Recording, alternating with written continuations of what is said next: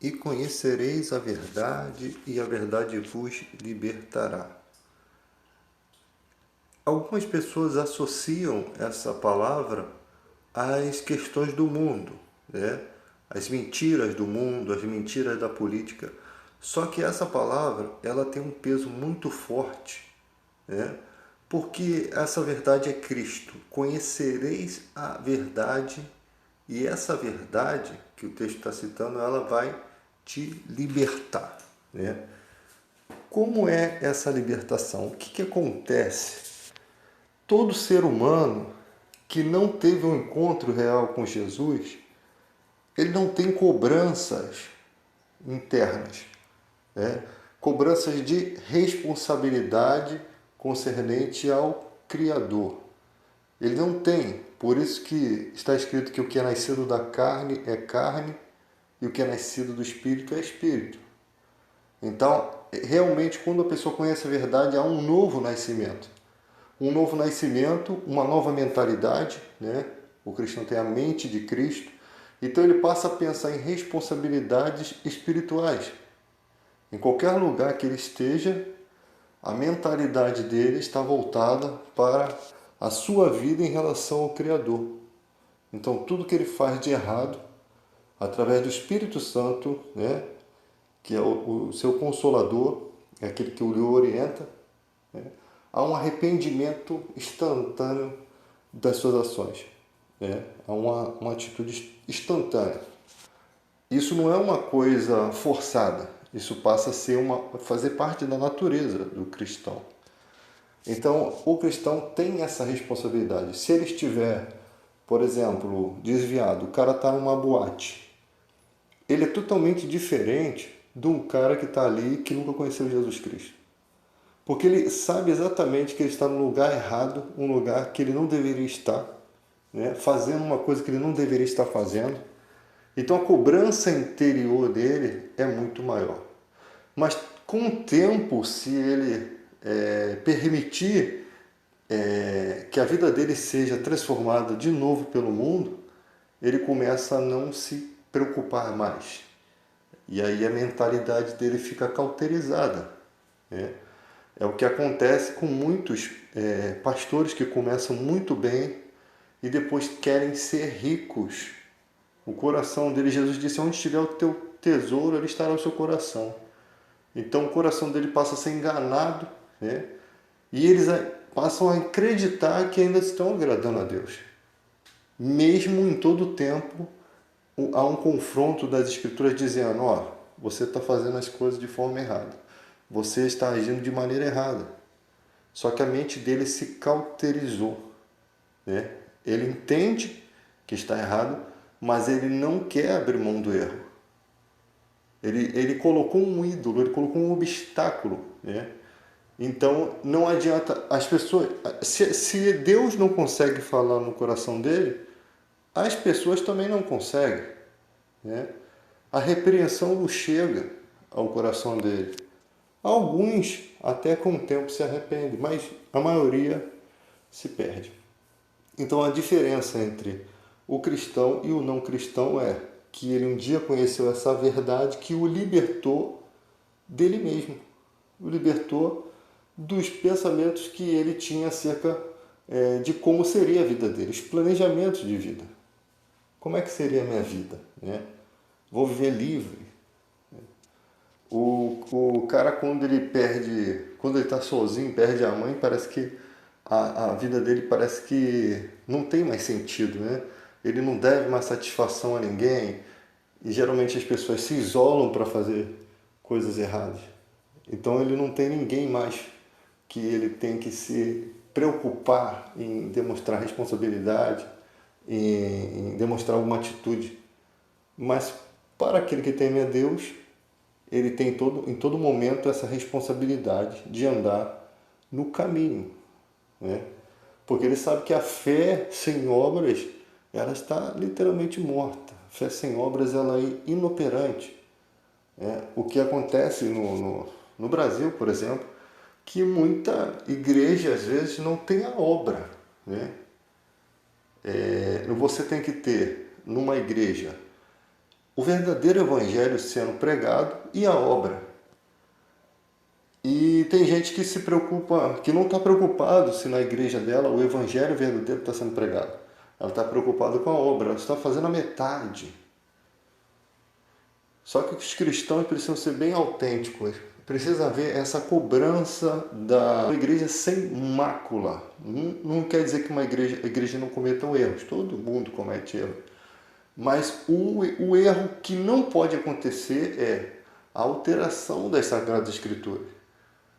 Se pregar uma coisa que não tem a ver com o Evangelho.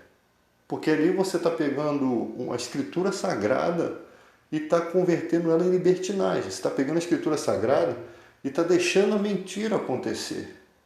E o papel do cristão em todas as épocas foi fazer com que a verdade fosse manifesta, e quando ela era e essa verdade confrontava as mentiras do judaísmo, né, na época dos cristãos, você vê a briga que Paulo tinha, porque olha a situação que acontecia. Os cristãos judeus, né, os judeus se convertiam a Jesus Cristo, eram expulsos de casa, eram expulsos da sinagoga, e alguns judaizantes achavam que eles ainda tinham que ser circuncidados para cumprir a lei de Moisés, uma coisa que era parte de um ritual judaico. E Paulo disse: não, se vocês estão livres disso daí. Vocês estão livres da circuncisão. Nossa circuncisão é Cristo. Então, olha o trabalho que Paulo teve para botar um costume, tirar um costume, né, que é um ritual, né, que estava na lei. Olha o trabalho que Paulo teve para mostrar, né, que eles não precisavam mais fazer aquilo. Aquilo fazia parte da natureza deles, né?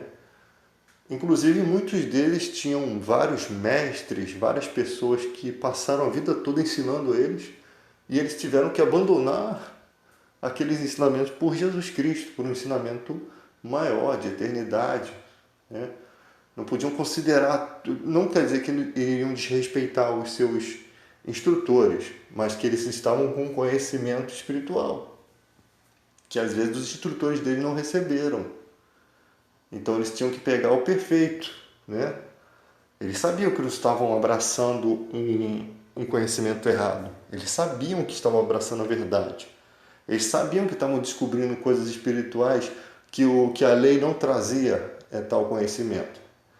Então, em todo o aspecto bíblico, sempre a verdade foi perseguida. A verdade. A mentira não sofre perseguição, né? Enquanto Paulo esteve com o judaísmo, ele não foi perseguido. Quando ele começou a pregar Jesus Cristo, aí passou a ter muitas lutas no âmbito físico, né? Chicotadas, perseguições, né? A ponto dele dizer: eu considero tudo como esterco.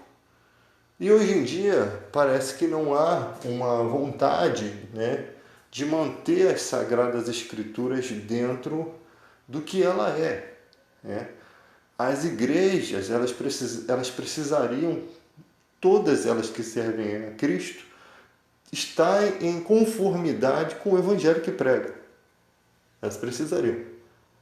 Mas existem falsas igrejas? Existem muitas. Muitas falsas igrejas. Muitas religiões que são colocadas como igreja, mas nem usam a Bíblia, né? Mas não há problema nisso, porque as discussões não vencem isso. O inimigo, ele não tem medo de debate, pelo contrário, ele quer que tenha debate, raiz de amargura. Você vê crentes discutindo por pequenas coisas banais, coisas que não vão alterar nada. Ah, mas a tua igreja tem um véu, a minha usa véu, a sua não usa, a sua está certa, a sua está errada, a minha que está certa. Usar ou não usar um véu, a mulher, né, não vai alterar nada. Não digo nem, isso não é uma coisa que altera a Sagrada Escritura. O que altera é você converter a ida das pessoas na igreja, que elas vão para a igreja não para buscar a espiritualidade, não para buscar a presença de Deus, não para buscar um contato com Deus, um momento de colocar ali em conformidade a sua vida, né, o seu dia, que às vezes não foi tão certo, não tão correto, suas atitudes, e ali é um lugar onde ela pede perdão. Ela poderia fazer isso no quarto dela, ela pode fazer isso até no ônibus, mas ali é o momento em que ela recarrega suas energias, né? Em conformidade com os outros cristãos que estariam um orando pelo outro, né? Para ter mais força. E essas igrejas, elas convidam as pessoas para umas coisas que não são coisas espirituais. Então o cara vai para a igreja pensando, poxa, meu negócio tem que dar certo. Por mais que Deus seja recompensador dos que o buscam, o propósito de estar na igreja não é esse. Se uma pessoa está desempregada, ela está passando por um momento de necessidade extrema. Necessidade, ela tem que sustentar sua família. Então essa pessoa vai à igreja buscar um emprego, vai à igreja pedir a Deus emprego, beleza, é uma coisa necessária para a vida dela, né? Tanto que na oração você diz, o pão nosso de cada dia nos dai hoje, né? Então, o pão é um pedido importante na própria oração. O alimento é um pedido importante na oração. Se é um pedido importante na oração, lá na África do Sul, lá nos países de fome, eles também fazem essa oração muito mais do que a nossa, porque nós temos o pão cotidiano. Então eles estão pedindo o pão cotidiano, enquanto tem gente que pedindo casa e carro. Olha só.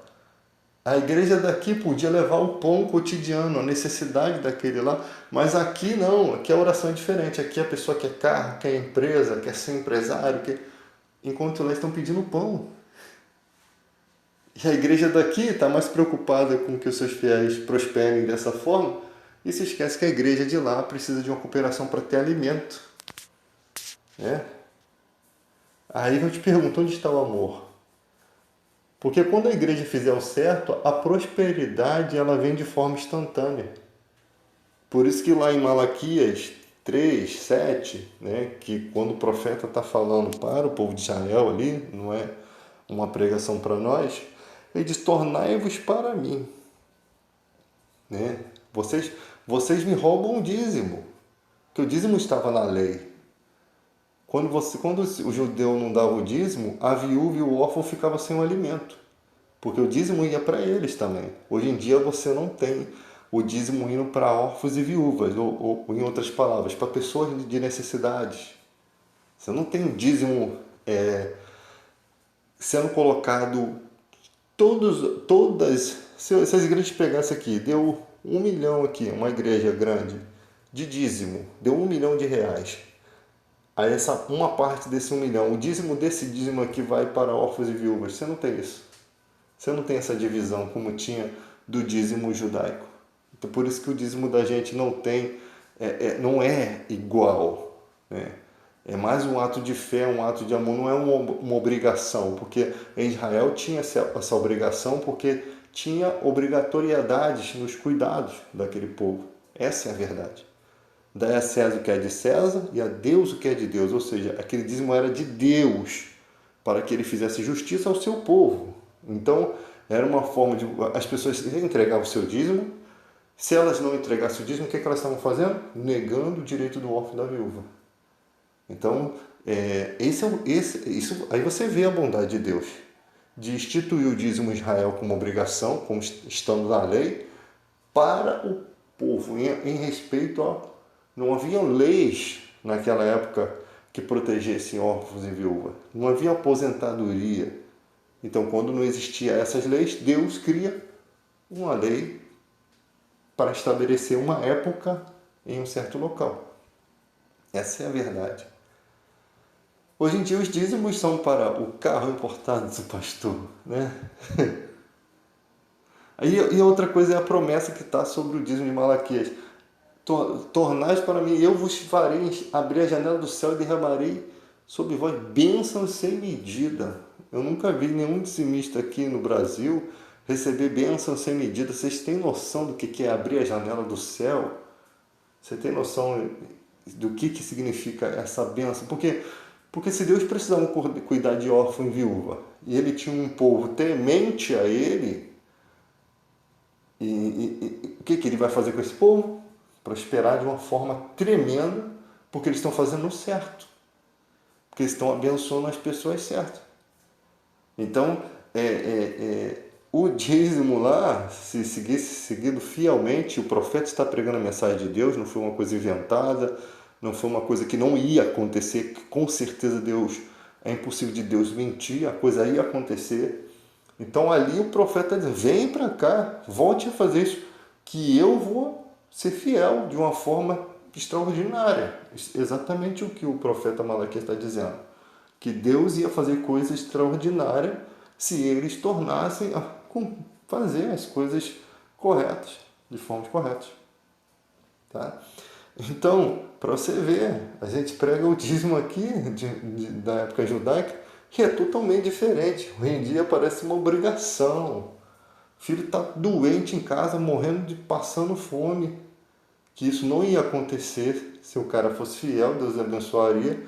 Mas o cara não faz pelo filho, faz pela igreja. Isso está errado. Não contribua nem por tristeza, nem por necessidade, disse Paulo. 2 Coríntios 5,15, se eu não me engano.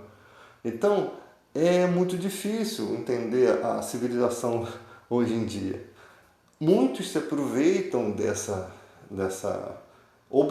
obrigatoriedade bíblica, né, que eles criaram para entrar na fé e usar de forma que lhes convém.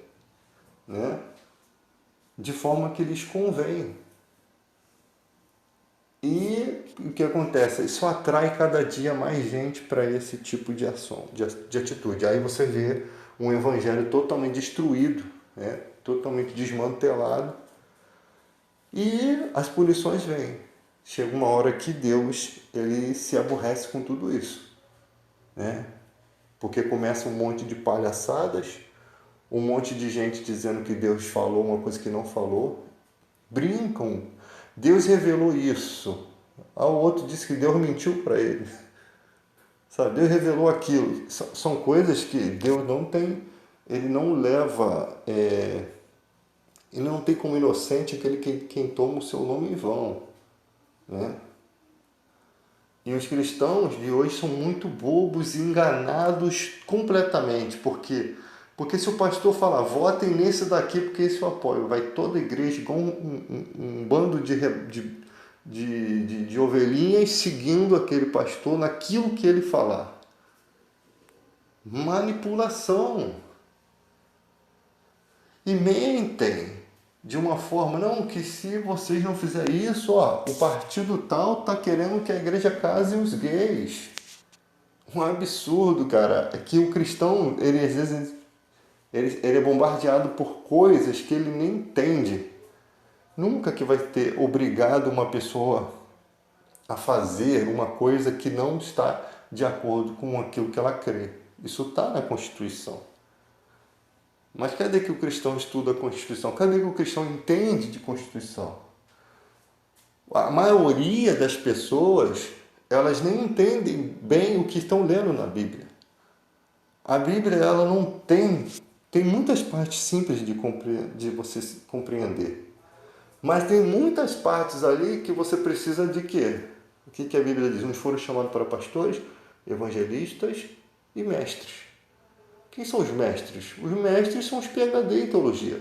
São os caras que estudam o conteúdo da época, o contexto da palavra, as vírgulas, os pontos, aquelas pontuações todas que a gente mal entende, né? E mostra, ó, isso daqui que foi... Igual tem num livro de teologia, mostrando que muitas partes de onde se acreditava que Jesus falava de arrebatamento, não tinha nada a ver com arrebatamento, por quê? Pelo momento que Jesus estava falando aquilo. Era início da caminhada de Jesus com os discípulos. Não tinha lógica ele falar de arrebatamento sem que eles entendessem aquilo. Aquilo não estava ligado ao arrebatamento ainda, porque Jesus ele vai ensinando aos poucos as coisas aos seus discípulos.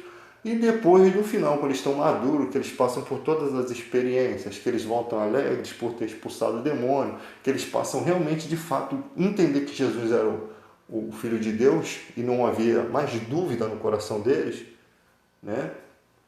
Aí sim Jesus começa a falar de coisas maiores. Então, o cara que é mestre, ele vai pegar os textos e vai provar isso daí que eu estou dizendo. Mas poucos vão entender isso. Então, porque você tem uma igreja de muita gente que não tem um grau de estudo bom para compreender isso. Muitas pessoas nem sequer sabem ler direito, tá? Não quer dizer que elas não tenham poder no que pregam, no que oram. Não é isso. Não é isso que está sendo dito aqui. Quer dizer que elas podem ser manipuladas facilmente por falsas mensagens. Daí a importância de se não sustentar, né, uma obra dessa. Tem pastores que ele sabe exatamente que a igreja dele não prega a verdade. Mas ele acha, não, o importante é que eu prego. Mas aí você se associa, e a Bíblia diz assim, andarão dois juntos se não tiver de comum acordo. No momento que eu recebo o salário de igreja, que eu estou aqui, eu estou apoiando aquela obra que não é de Deus. Ela pode fazer coisas boas, ela pode fazer muitas coisas bacanas, né? Pode levar até muita gente a Jesus, mas o ensinamento está errado. Tem que se lutar, não que se queira que aquilo ali termine, não. Quer que se conserte. Se eu tenho um carro que está com defeito, eu não quero destruir o carro que está com fogo nele, eu quero que ele seja consertado.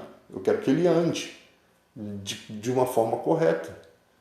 Então, a impressão que dá da gente que critica, que fala, que às vezes até ri, debocha de certas coisas, né? Porque chega a ser tão absurdo que a gente passa até a escarnecer de certas mensagens.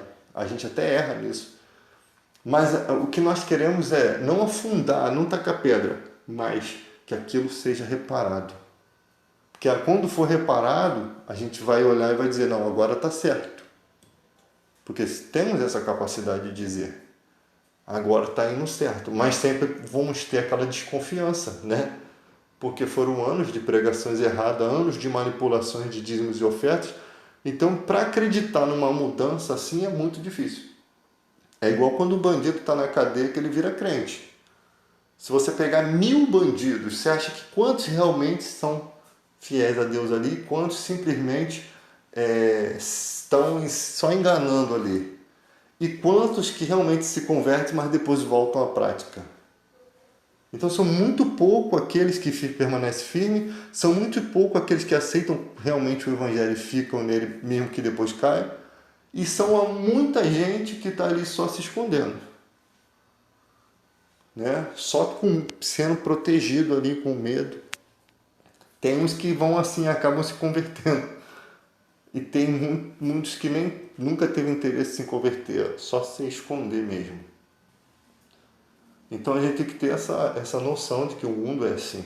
O mundo já é maligno. As pessoas são ruins. É igual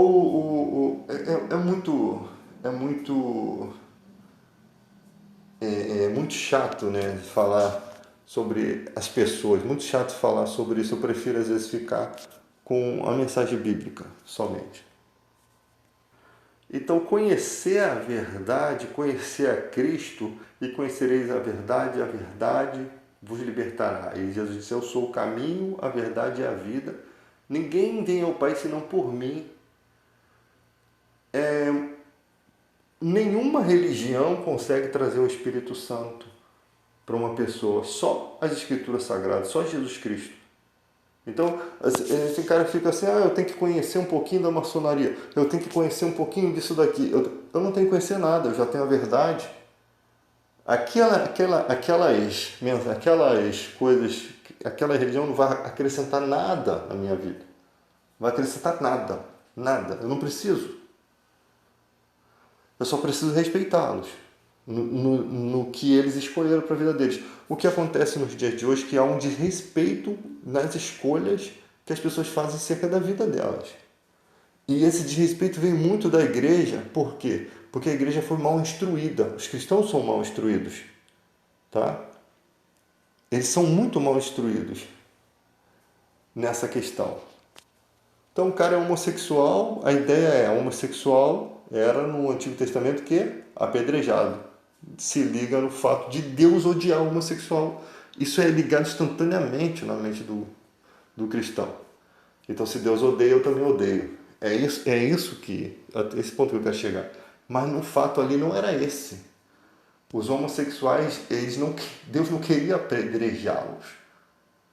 A lei existia para que não houvesse aquilo, né? Ou seja, os próprios pais, se vissem os filhos meio afeminados, o que os pais iam fazer? Já com medo do filho ser apedrejado no futuro, se ajeita aí, meu filho, você conserta. Porque se você for ver certas questões no mundo hoje, às vezes falta muito. Olha só como é que eram as leis de Deus. A separação era uma coisa absurda. Deus aborrecia a separação. Ou seja, Deus não queria que a própria lei impediu que muitos casais se separassem, né? Mesmo no meio daquela bagunça toda que Moisés teve que dar carta de divórcio, mas aquilo não era a vontade real de Deus. Aquilo ali era mais para proteger o direito das mulheres que ficavam sozinhas enquanto os homens podiam seguir em frente. Mas a questão era, Deus, pela lei, manteve muita gente, pela religião ali, muita gente casada, para preservar os filhos. Hoje em dia é uma bagunça. Então o homossexual era apedrejado em Israel, mas não era apedrejado fora de Israel, não. Só se ele fosse estrangeiro e estivesse dentro de Israel. Então, para Israel tinha leis que deveriam ser obedecidas. Uma delas era a questão do divórcio, ou seja, Deus mantinha, por meio da severidade da lei, os relacionamentos, para que os filhos não sofressem e para que os pais os educassem, né, em todo o seu comportamento. Hoje em dia, por exemplo, se você cria seus filhos, seu filho vai por um caminho, então começam a ter umas certas atitudes afeminadas, é devido os pais sim dizer para eles, vamos acabar com isso daí.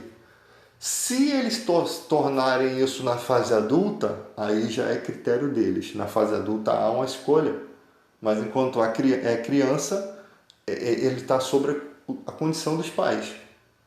Adulto, ele faz a escolha que ele quiser. Ele determina para a vida dele o que ele quiser. Ele só não pode ser odiado pelos pais pela escolha que ele fez. Porque o que acontece é isso. O amor, contra o amor, não existe leis. Está escrito na Bíblia. Não há lei. Você amar uma pessoa, se a Bíblia manda amar os inimigos, quanto ao amor não existe lei. Né? O amor não busca os seus próprios interesses. O amor não é vingativo. Então, quanto ao amor não há lei. Você amar uma pessoa por ela ser seu filho, ela sendo homossexual, você amar ela, você não está fazendo errado. Porque tem gente que acha que está apoiando, sabe? A questão da religião é achar que está apoiando a homossexualidade por ela estar amando, por ela estar cuidando da pessoa. Hein? Então, por isso que muita gente se fecha. Não, contra o amor não existe lei. Ela não está assassinando ninguém, ela não está estuprando ninguém, ela está simplesmente... Aquela pessoa está simplesmente escolhendo uma vida da maneira dela. E ela deve ser respeitada na escolha dela. Então, o que o pai e a mãe podem fazer nesse momento? Querer mudar aquilo? Não tem como. Oração, joelho no chão, conversar com Deus. Pedir proteção, né?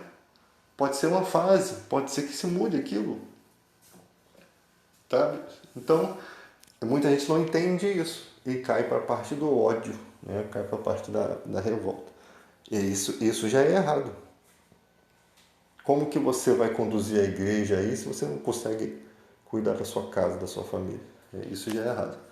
Então, conhecer a verdade e a verdade vos libertará. Ela te liberta de vários conceitos errôneos que você tem acerca das pessoas, acerca de si mesmo, acerca do mundo, acerca de Deus. Jesus fala, Deus é amor. Deus é amor. Aí as pessoas falam, mas como Deus é amor se deixa tudo isso acontecer? Eu não quero saber o que aconteceu, o que deixa de acontecer. Eu quero saber que Jesus disse que Ele é amor. Eu vou acreditar em Jesus. Eu não sei qual é a surpresa disso tudo, mas se Jesus disse que Ele é amor e eu acredito em Jesus, eu vou acreditar no amor de Deus. Se a Bíblia diz que Ele é o justo juiz, Se há um juiz justo aqui na terra, e se você consegue entender de justiça, né? Então saiba que Deus é um juiz muito mais justo que você, e ele é mais complexo no seu modo de fazer justiça, porque ele conhece toda a história daquele ser humano que vai ser colocado diante dele no dia do julgamento. Ele sabe os motivos.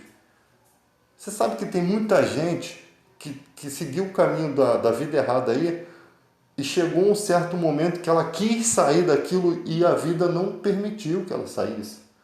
Você imagina o exemplo, beira-mar.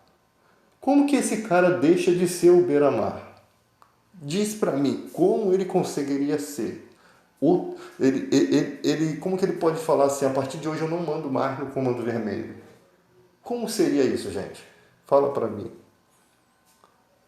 Às vezes a gente tem que entrar na pele da pessoa, a gente tem que estar na pele para sentir que ela se colocar, e se fosse eu, qual a atitude que eu tomaria, gente?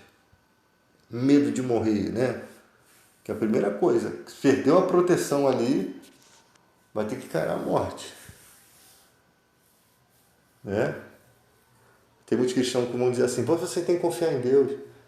Gente, a gente não tem noção de perseguições, né, nessa questão. Tem gente que fala assim, Jesus tem que voltar logo. Jesus só volta depois do anticristo voltar. Ainda tem uma história muito ruim para acontecer, né? Que eu não gostaria de estar aqui para passar por isso. Eu acho que muitos cristãos também não, porque vai ser uma época terrível, de sofrimento terrível, de falta de fé terrível.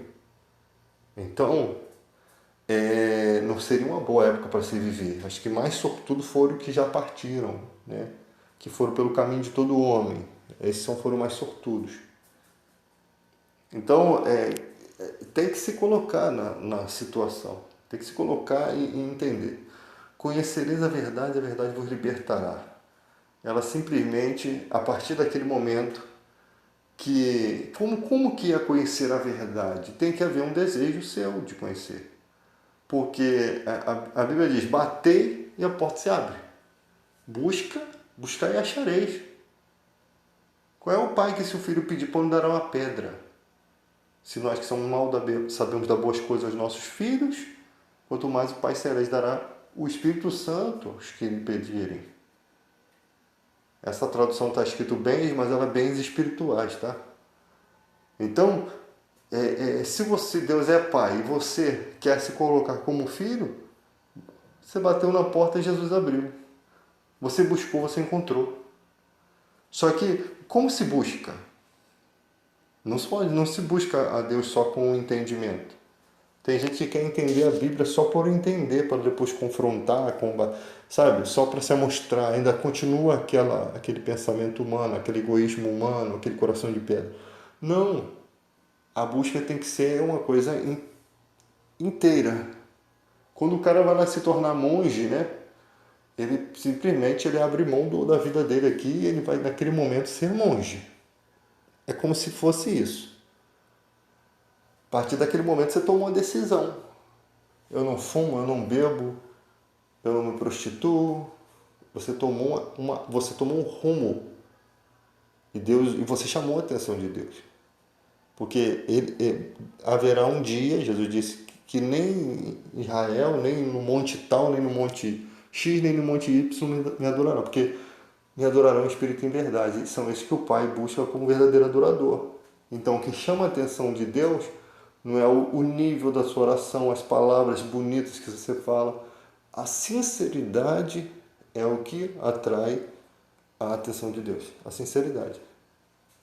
Você foi sincero, chamou a atenção de Deus. Foi um ato de fé. E manter essa sinceridade. Por quê? Porque vai ter perseguições, né? A parábola do semeador, ela mostra o quê? Semente caindo em determinadas vidas, né? E cada semente cai de uma forma diferente. Cai numa família de um rico. E o rico tem muitos obstáculos, porque cai no meio dos espinhos. Os espinhos sufocam. O que é que sufoca? as coisas que você pode fazer, as coisas que o dinheiro te dá a possibilidade de fazer, né? Os locais onde você pode estar que um pobre não poderia estar, com a roupa bonita que você está lá no meio da festa, lá conquistando todo mundo. O pobre não poderia estar porque não tem condições. Então, às vezes a semente cai nesses lugares. O lugar onde tem muitas coisas que são propícias mais a atrapalhar a vida da pessoa do que ajudar. Embora ela tenha todas as condições de servir a Deus, né, não há um preparo, há muitos cuidados ali, há muitas coisas como obstáculo. Por isso que foi dito, dificilmente um rico entrará no reino dos céus. Dificilmente, porque as coisas materiais, elas atrapalham, elas cegam, elas tiram o desejo, elas mais inclinam o homem para a carnalidade do que para as coisas espirituais. Então são poucos, dificilmente, ou seja, ele não falou que não há possibilidade, mas é que é difícil. Eu só estou dando um exemplo de espinhos. Não só tem esses espinhos. Não é só a vida de rico, na vida de pobre também. O cara não tem, a mãe é drogada, o pai é alcoólatra. Há espinhos ali. Há uma dificuldade de se crescer a fé, né? O cara, o evangelho é pregado na família e todos os familiares são do tráfico de droga. Há espinhos ali. Há dificuldades, né? A terra é boa, mas há espinhos naquela terra crescendo junto. Há obstáculos. Esses obstáculos não vão ser as desculpas, né? Porque a palavra de Deus nunca volta vazia. Ela faz o que apraz. Ela faz o que o que ela tinha que ter sido feito. Então, se a pessoa manter firme, né? E alguns, os cuidados do mundo, a fascinação da riqueza e as demais cobiças sufoca, né? Ela dá mais importância a outras coisas, né? O coração dela é levado para distante das coisas de Deus e ela vai deixando ela não rema contra mais, ela deixa a corrente levar, né? Então, a parábola do semeador é uma parábola muito importante para se refletir durante toda a vida. Porque às vezes você não precisa ser rico para estar com os cuidados do mundo controlando a sua vida. Você pode até ser pobre e ter muitos cuidados controlando a sua vida, né? Então tem que... E a Bíblia fala pregar a tempo e fora de tempo. Não existe ordem para parar a pregação. Porque a pregação vai te aquecer a tempo e fora de tempo. O que é fora de tempo? Quando você pensa que o mundo já aceitou todo o mal, né? Que o mundo já não tem mais jeito, pode ser tido como fora de tempo. Não. Prega tempo fora de tempo porque o Evangelho tem poder ainda. Ele tem poder, ele não vai parar de lançar poder, luz sobre a vida das pessoas. A lâmpada para o caminho, né? Luz para os pés, ela não vai parar. Ele sempre vai ter alguém que vai abraçar. Às vezes, em um lugar impossível, que você achava que era impossível, alguém abraça essa luz. Então, a missão é sempre combater, sempre pregar, sempre manter-se, né, ativo. Às vezes, consertar a maneira que as pessoas veem a Bíblia, né? Isso é muito importante. Um planta, outro rega e Deus dá o crescimento. Ou seja, alguém plantou a semente aqui, mas ela está crescendo, tem muitas coisas ali crescendo junto. Então alguém tem que regar aquilo. O que é regar? Regar é a pessoa, tu está vendo que a pessoa está mandando uma mensagem que não tem nada a ver, um entendimento que está errado. Você vai lá, humildemente, lógico, não com deboche nem com arrogância, e tenta consertar. Aquilo ali, há uma rebeldia no coração das pessoas, por quê? Porque ela quer que seja daquela forma, né? É igual quando você vai falar assim, pô, teu pastor lá, ele prega tudo errado, cara. Ele prega dinheiro. Cara, isso é como se você estivesse falando de alguém da família daquela pessoa. Eu sou meio enjoado, às vezes eu falo na cara, mas às vezes eu entendo que a pessoa tem aquilo como uma família. E a gente não sabe se ajuda muito a gente falar na cara que não considera aquele cara como nada. Tipo, ele pra mim é ladrão, corrupto, mentiroso, sabe? sabe, diretamente assim. E também ficar dando voltas é chato, às vezes, né? Às vezes não é bom nem falar nada, não sei qual é o melhor. Não falar ou falar e causar uma ferida que talvez mude, né? Aquilo. Não sei qual é o melhor. Eu acho que o melhor é romper com tudo mesmo. Falar, ó, ele não vale nada, mas eu não sei se está certo. Eu acho que em algumas vidas funciona e em outras não. Né?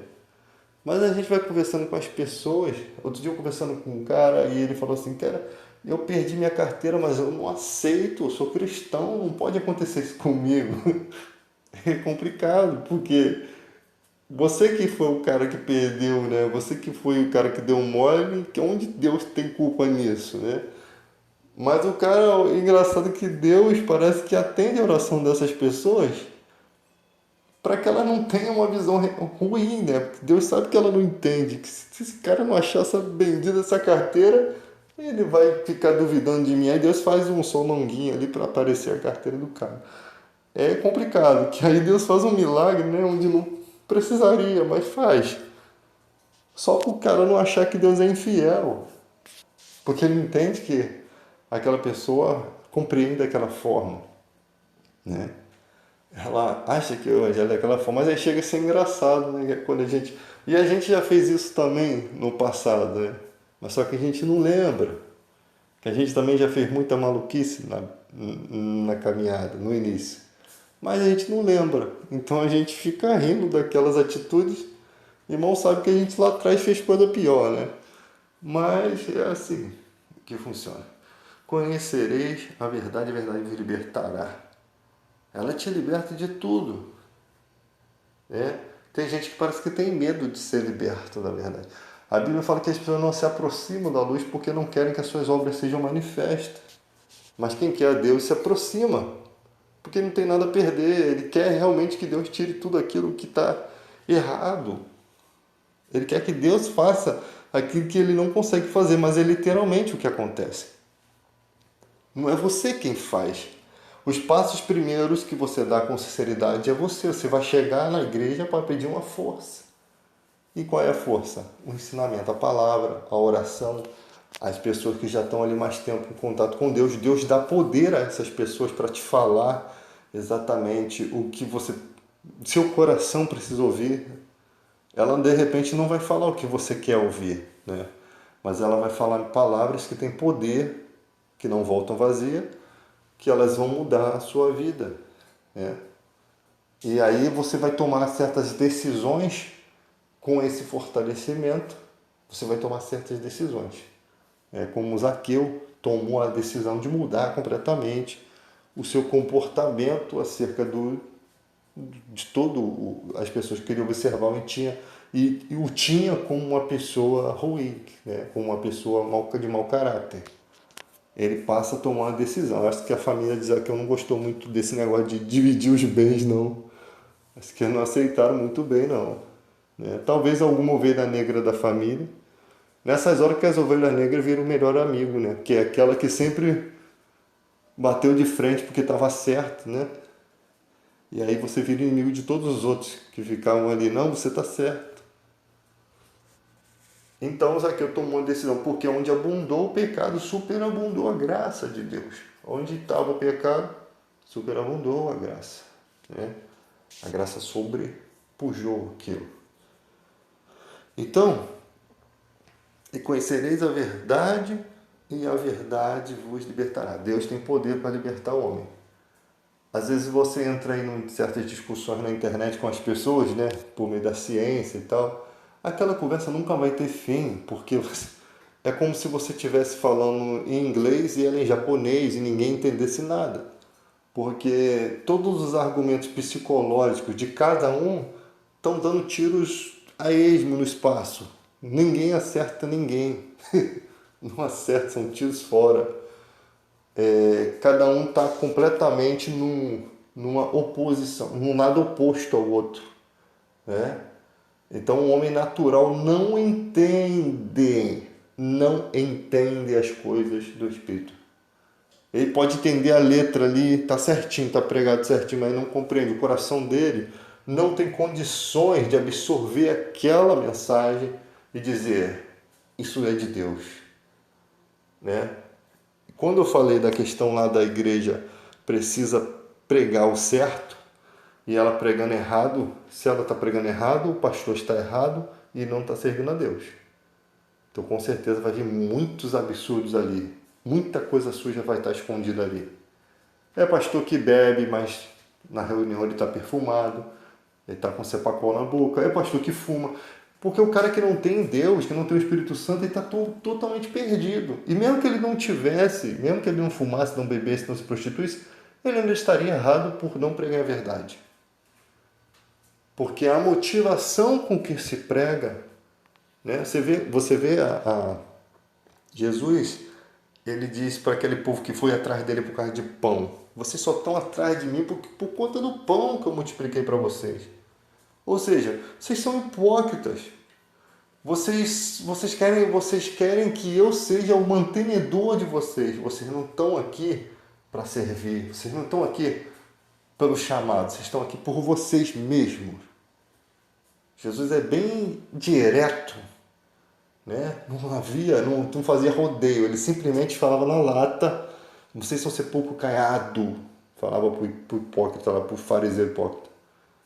Vocês são podres. Literalmente. Vocês são restos mortais. Vocês são como um sepulcro, por fora bonito, mas por dentro cheio de sujeira. Jesus era muito direto. Ele é muito direto, né? Ele vive. Então, muitas pessoas são assim. Elas acham que enganam a Deus. Elas vêm com... Elas param de se importar com o que elas estão fazendo de errado e elas tentam fazer coisas boas, mas Deus está batendo aqui. Tem que mudar aqui. Se não mudar aqui, tudo que você faz já não vale mais nada. Não tem valor. Né? Não tem valor.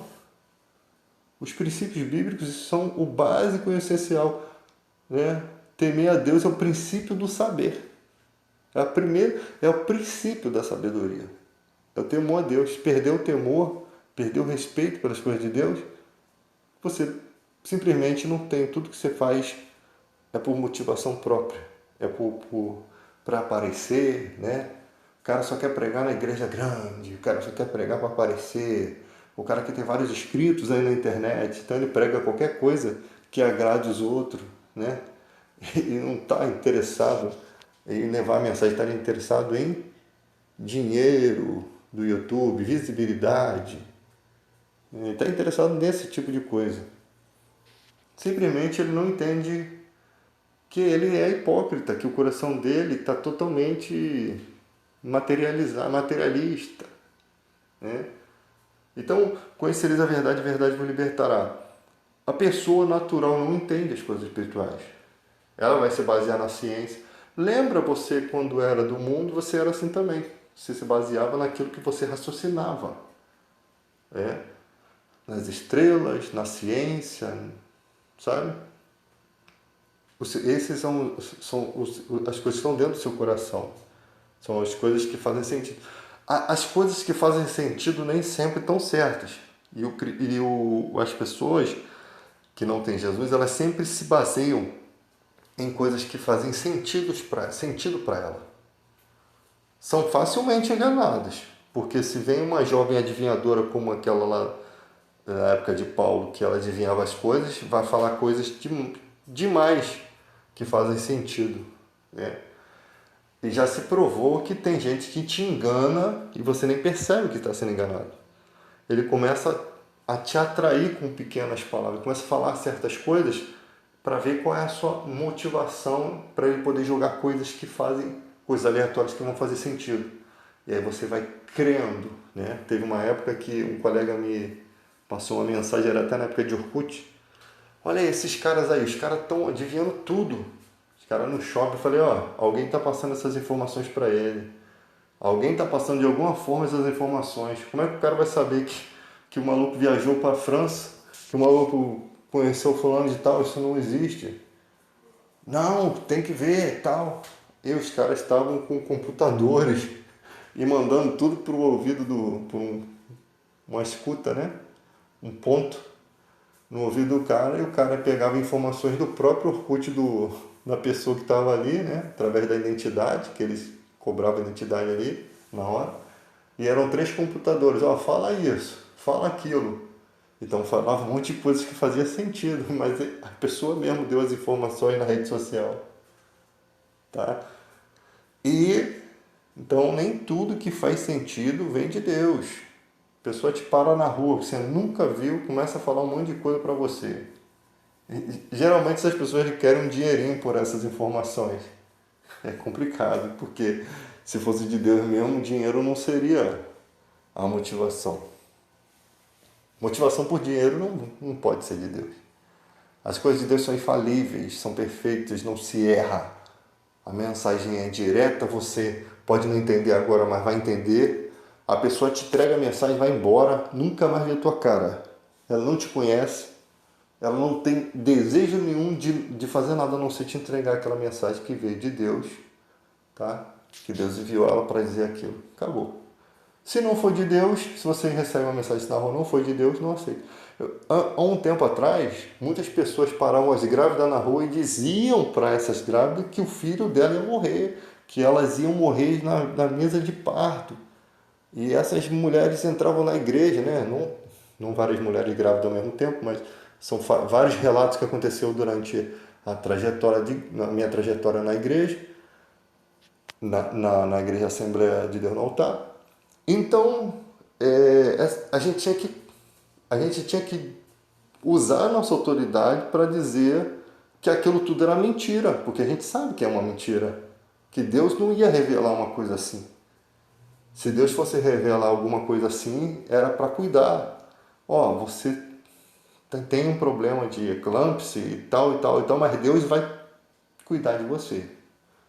Vai revelar a pessoa que vai morrer para quê? Só para ela ficar mais angustiada e depois bater a bota? Não, Deus não precisaria revelar isso. Deixava ela bater a bota só, sem revelar nada. Não funciona assim. Se fosse revelar uma doença, ó, vão descobrir um câncer, mas pode deixar que Deus está na providência. Manda o pastor orar, fala para a igreja que a igreja vai orar aqui, que Deus vai trazer a cura. Essa revelação, sim, poderia sim vir de Deus. E se Deus fala, vai acontecer o milagre. Entende? Mas dessa forma, a pessoa chegava desesperada procurando para você ver como é necessário você ter uma igreja aberta, né? Como é necessário as ofertas, os dízimos, para que se mantenha a igreja aberta, sim, para que os pastores possam estar ali disponíveis para cuidar desse tipo de coisa, porque acontece cada situação, é gente com medo da religião, está seguindo uma religião, começa a ver vultos e aquela pessoa não consegue sair daquilo e ela precisa de alguém que conheça a Bíblia para ajudá-la. São muitas coisas que muita gente não tem noção que os cristãos passam para ajudar as pessoas, tá? Então é necessário da igreja estar aberta, sim. A gente não pode pregar dízimos de oferta como obrigação, e sim como ato de fé, de ajuda, de confraternização, fazer pela obra de Deus, mas não pode ser, ou entregou o dízimo hoje, o pastor vem falar comigo. Isso não existe. Isso não existe, a sua fé é pessoal, tá? Jesus olhou lá a viúva dando a oferta e os ricos, ele em nenhum momento disse quanto alguém deveria dar. Ele simplesmente questionou o quê? O egoísmo dos mais ricos. Isso foi questionado. Porque eles sabiam que os mais ricos tinham condição de fazer melhor pela obra. Essa é a verdade daquele texto ali. Mas eles eram egoístas, porque o materialismo estava à frente. E quando ele fala assim, os cristãos que viessem ser ricos iam ser o quê? Iam ser mais generosos. Eles não podiam se assemelhar àquele povo egoísta. Porque vinham, traziam oferta, sabia que aquela oferta ia para o povo, né? Ia para a ajuda da igreja, mas vinha com a merreca. Às vezes dava menos do que o pobre, se bobear. Então, o cara vem de carro na igreja, dá R$2 de oferta. Aí vai o pobre, dá 50. Só para a gente fazer uma analogia aqui. O que tinha menos teve coragem de fazer mais. E o que tinha mais, coragem alguma. Então isso foi questionado por Jesus. E isso daí realmente Jesus viu, porque Jesus ele fala da estrutura humana, ó, tá errado, mano. Vou mandar o papo aqui. Vocês são os mão de vaca, os moeca de porco dos brabos. Porque tudo que tem é com a bênção de Deus. Saúde, prosperidade, família, é com quem? Quem que deu isso daí? Né? O teu carro pode ter conseguido com o seu suor aí, mas a saúde, a mente boa para estudar, né? Não ter problema de saúde para poder conquistar. Quem foi que deu isso? Deus. O ar, né? A família que às vezes te ajudou. Foi tudo uma constituição divina. Mas o cara é egoísta na hora de abençoar. Então, gente, fico por aqui. Até a próxima.